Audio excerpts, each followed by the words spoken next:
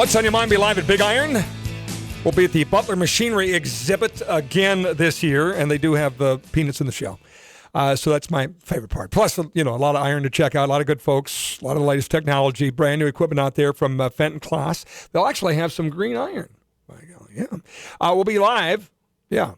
Fenton and Class. So anyway, we'll be live all 3 days, Tuesday, Wednesday, Thursday. Come out, see us, listen to the show. We also have hats. We have lots of hats. And you get a free hat if you come up and say, I stand for the flag.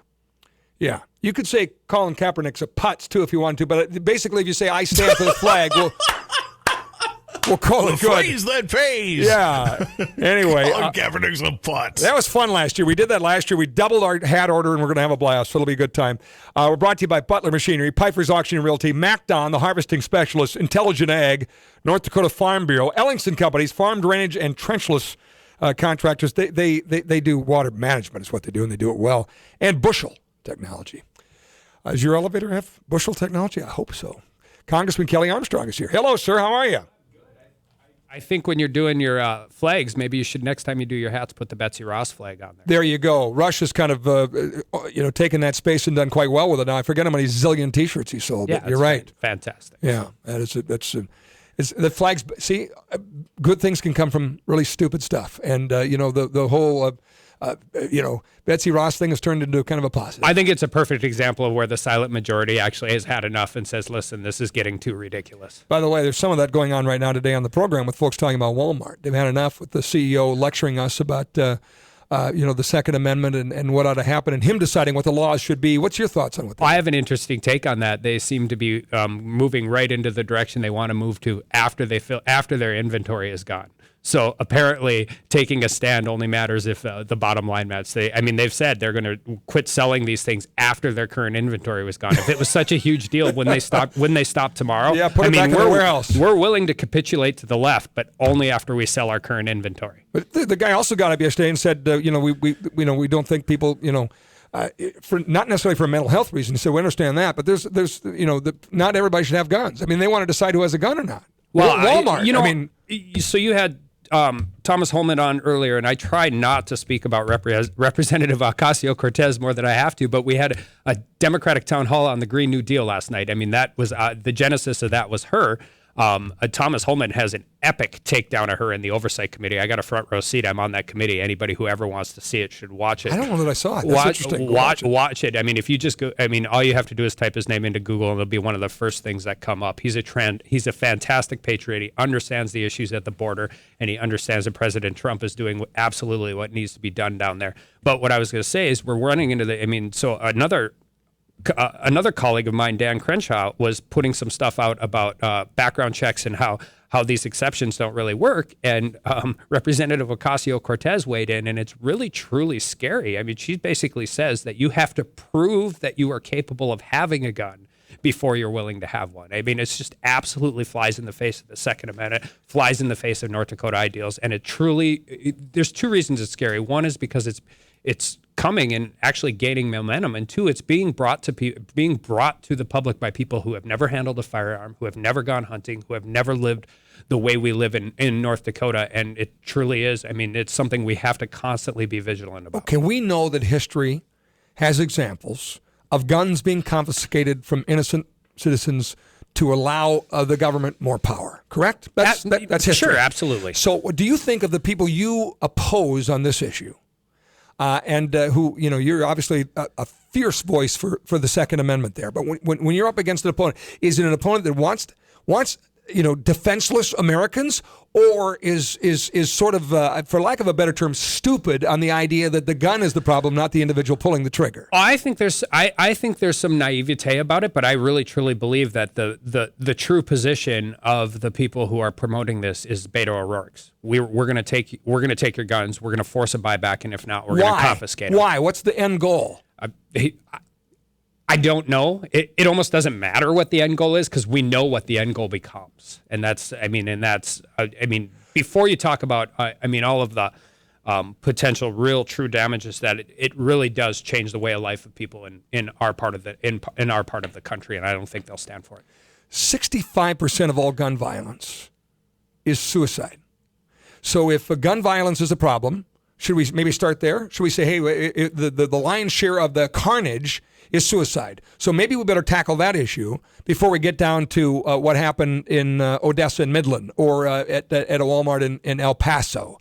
I mean, I guess that's, is there any reason in this argument, or is this just a political freight train that's going down the track? Well, I think there's ways to tackle some of these issues without going to the absolute extreme. One of the issues that we have that we could solve right now from Congress is that Polk County, Minnesota's computers don't talk to Stark County, North Dakota computers. And I think everybody agrees that if you have had due process, I don't care if it's in Florida or California or Texas, and you are prohibited from owning a firearm, that should follow you. I mean, the country's getting smaller. We've seen that with the workforce in North Dakota.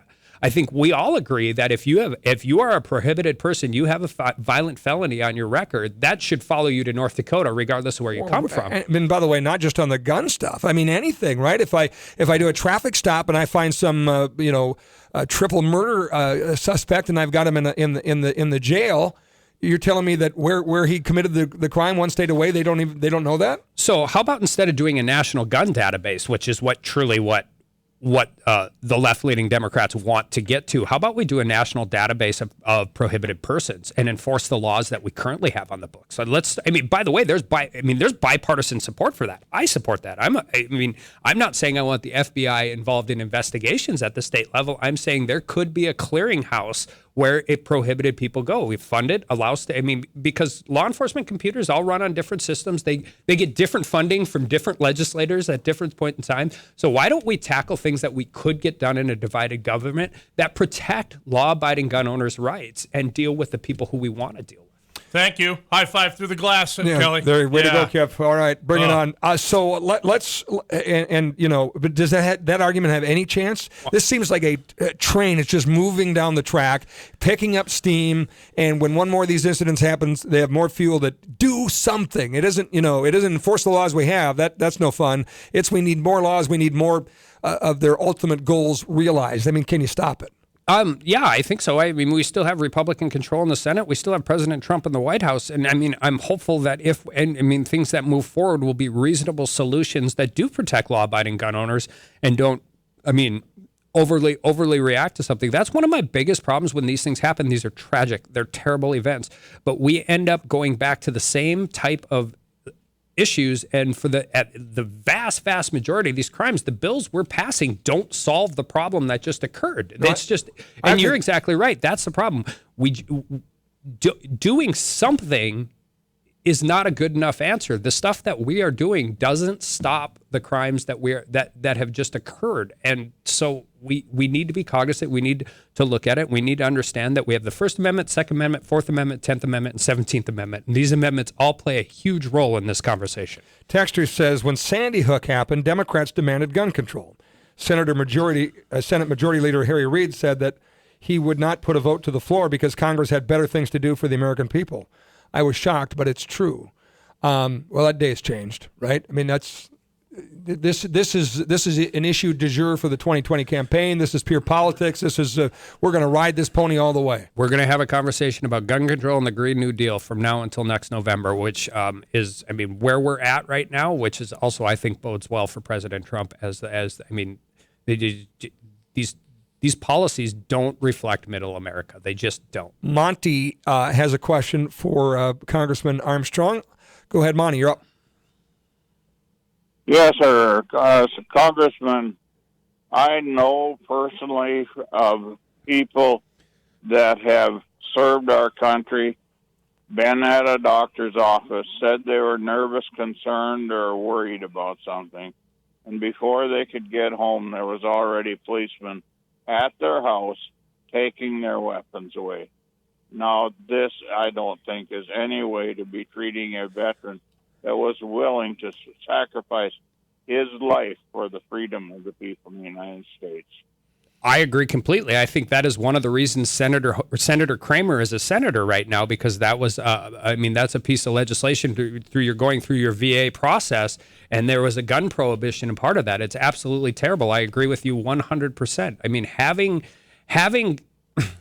having some emotional issues and being diagnosed with a mental disorder are two very, very different things. I got another one for you. Purple Heart recipient, Rusty Ort, good buddy of mine. He signed over while he was getting all kinds of medical care, the ability for his wife to handle the finances and all that stuff. That allowed the VA then to say, take this guy's guns away. Yeah. And he's just doing it for financial reasons. I mean, it wasn't even like expressing some concern. To Monty's point, though, on red flag laws, how do you do it right? Is there anything else we need on red flag laws? I mean, is there any way you can say, whatever the red flag law, we're going to ensure that the due process rights are actually respected? I've never seen one written narrowly tailored enough to do it. Now, first of all, there's two different sides with red flag laws. One is a federal red flag law does not work. And this isn't a political argument. This is a function of how our civil justice and criminal justice system work.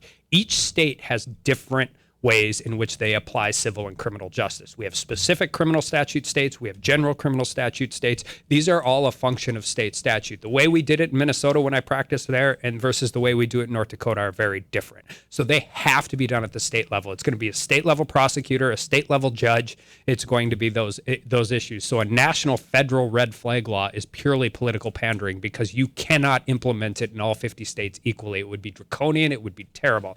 Second of all, when you deal with it, you look at states like North Dakota. We have disorderly conduct restraining orders. We have domestic violence restraining orders. We have civil commitment proceedings. There are mechanisms in place to do this already through the normal part of the criminal justice system, but there is due process. But one of the problems with red flag laws, which I think is inherent when we talk about it, is they're almost all civil in nature.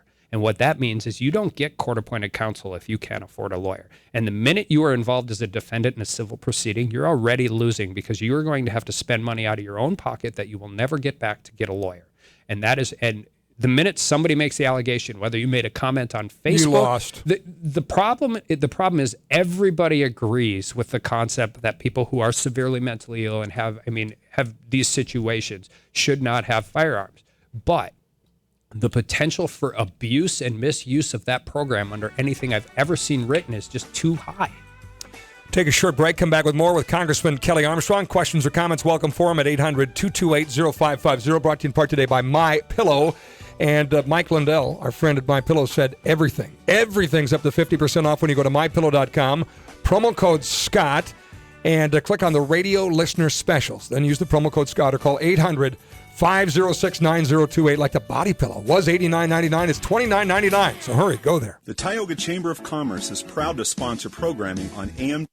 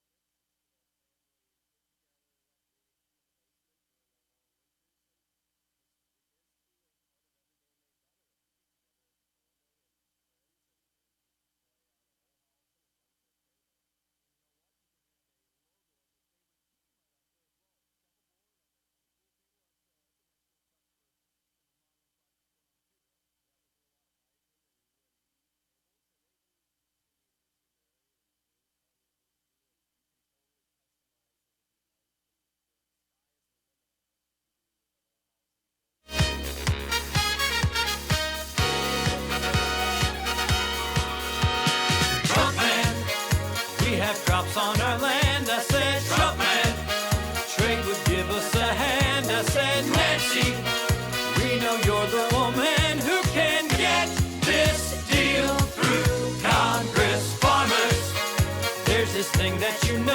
I said, farmers, when you're short on your dough, if this passes, then I'm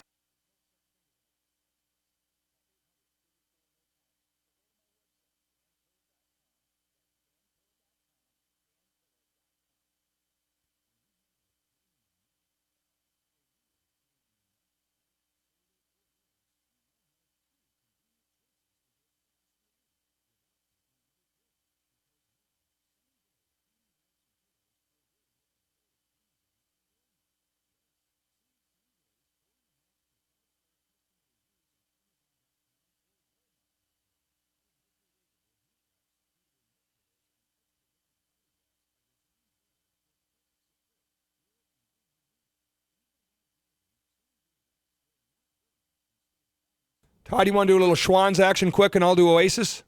I was just about to ask.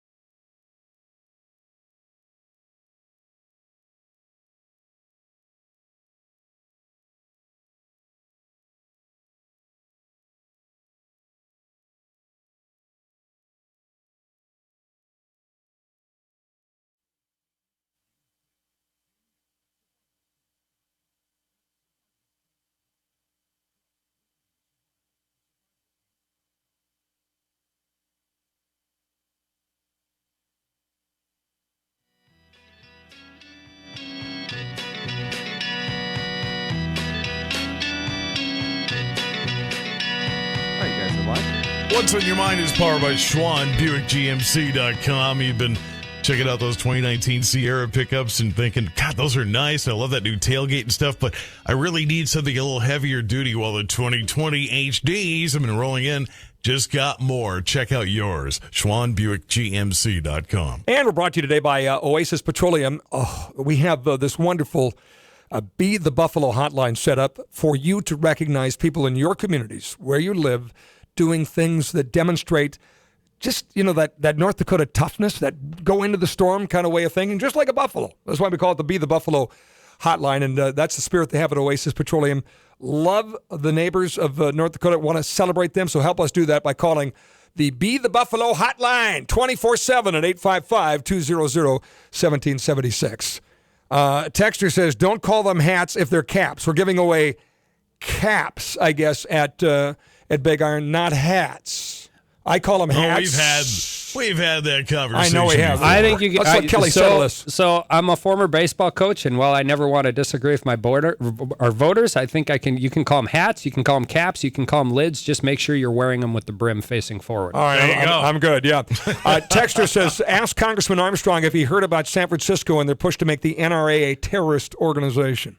I did. I rolled my eyes. It's fascinating. The NRA is, I guess that makes me a terrorist because I'm a life member of the NRA. I don't always agree with the NRA. I think they have some issues right now internally and how they're doing things, but it's just fascinating to me that we can take severe political disagreements about one of the amendments to the Constitution and alienate the entire Midwest of the country by doing things like this. Somebody called in earlier, actually a couple people did, said, ask Kelly. I'd rather you call in, and Ryan and Bismarck, we're going to get to you next, but I'll go quickly through a couple of these. One was somebody brought up real ID and the fact that you're going to need a real ID or a passport to get on a plane. Yep. And if Republicans suggest that there be voter ID, that's a bad idea. So they're saying, well, why is it's okay to have it, for the plane, but not to vote? By the way, it's not just Republicans. I have talked to a lot of people in North Dakota. I've talked to people that didn't vote for me that think this ID to vote argument is just silly. You need an ID to go. I mean, if you're 20 years old, you need an ID to go to an R-rated movie. You need an ID to start a checking account. You need an ID to do all of these things. My grandmother probably said it to me best. She said, "I'm old. I'm not stupid." I'm like, if I need to get an ID, I'll get an ID to vote. Another one was asking you if you had spoken out recently about anyone criticizing Donald Trump? Well, I did last night with Chris Berg. When we get the questions, I think this is the only president that gets criticized for doing what he campaigned on. I find it fascinating, particularly on border issues and what's going on. And I mean, this is really relevant because you had Thomas Holman on earlier. I mean, the border crossings are down now because Mexico has interrupted the flow. 60% down in May. His tactics have worked, Yeah. and he gets criticized for doing what he campaigned on. And now the new one I keep hearing is it's purely a political deal why he's going to fund the border wall. It was a campaign promise that he intends to keep, and now they're trying to turn that into like something nefarious. That's like only in the world of DC politics could somebody trying to keep a campaign promise that probably won him the election be a nefarious deal. I mean, Congress should have acted. We should deal with amnesty reform. We should deal with all of these issues. We have bills in place that would have bipartisan support, and instead the president has to go it alone because we can't get our act together. I don't know if you heard Tom Holman tell us that he believes that there's people inside government that are not helpful in Trump accomplishing his goals. And one I brought up was the Corps of Engineers and the wall, and he just said, blame kind of the whole procurement process. But your own Dickinson, North Dakota Fisher Industries continues to battle the Corps of Engineers. Absolutely, they do, and I think that exists. We have the right people at the top. I mean, we've had them before, we have them now. But as we continue to move down, and I've seen this in criminal. I practiced criminal defense through three different administrations, and the on the ground bureaucrats don't change regardless of who's elected. The swamp. So I think we call them. And a lot of those are protected employees that you cannot fire or you can't deal with it. So as you deal with this, it's going to take some time for the guys at the top to change the culture in these agencies as you're moving forward, which is as big a reason as anything to elect President Trump for the next 4 years. Ryan Bismarck for Kelly Armstrong. Go ahead. Yes. How's it going, Scott? Good, sir. How are you? Great. I just got a quick question. So I'll get off so that people that have a question for Kelly can get on. When we were discussing the Walmart issue with ammunition and stuff, people were saying not to buy there and everything, go to different places like Shields and everything under the sun. My comment is that the Shields credit card goes through the First National Bank of Omaha, which cut ties with the NRA back in February of 2018. Just something people should think about. When I went in there one day, the lady asked me if I wanted a Shields card, and I asked her if they were still, going through that bank, and she's like, yeah, as far as I know, I don't think we have any plans on changing it or anything. And I said, well, then that's fine. I don't need one. Yeah, Ryan, good point. Thanks for bringing it up. Mom and pop might be the way to go there. Yeah, but now, in fairness, you don't have to have the Shields credit card, and there's different reasons to do that. Shields is a fantastic. I mean, they are fantastic. They're pro Second Amendment. They can deal with those issues, and I think part of the problem with some of this stuff, and I don't disagree with what he said, but if you look far enough into this, this culture is moving through that way. But you don't have to have the Shields credit card, but I will tell you this: they are a great organization. They support the Second Amendment, and it'll be up to them to look at that. We're out of time, folks. Sorry about that. Be back tomorrow on What's on Your Mind. There is some news on the USMCA. We'll ask Kelly about that after the show and have it on the news later on. Reason to stay tuned. Thanks. God bless you, one and all. See you tomorrow.